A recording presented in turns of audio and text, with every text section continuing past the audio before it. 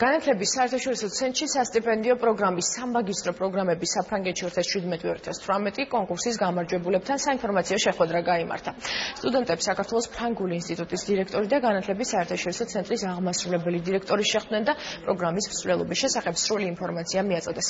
განათლების საერთაშორისო ცენტრს კამპუს ფრანსსა და საქართველოში საფრანგეთის საელჩოს შორის გაფორმებული მემორანდუმის შედეგად გამოცხადებულ სასტიპენდიო კონკურსში გამარჯვებული საქართველოს 15-მდე მოქალაქე სწავლა საფრანგეთში სამაგისტრო პროგრამაზე განაგრძობს. ამ კონკრეტულ პროგრამაზე, რომელსაც დღეს შევიკრიბეთ და საორიენტაციო სესიას ვატარებთ, ეს არის პროგრამა ფრანგულ-ქართულ მხარის მიერ ერთობლივად დაგეგმილი და დაფინანსებული. ორთავე მხრიდან სახელმწიფო იღებს მონაწილეობას ამ პროგრამის როგორც დაგეგმარებაში, ასე განხორციელებაში. პროგრამის მთავარი მიზანი არის, რომ სამაგისტრო ხარისხზე მიეცეს საშუალება ქართულ სტუდენტებს ისწავლონ საფრანგეთში 1 წლის განმავლობაში და ხარისხ მიღებულები დაუბრუნდნენ უკვე ქვეყანას.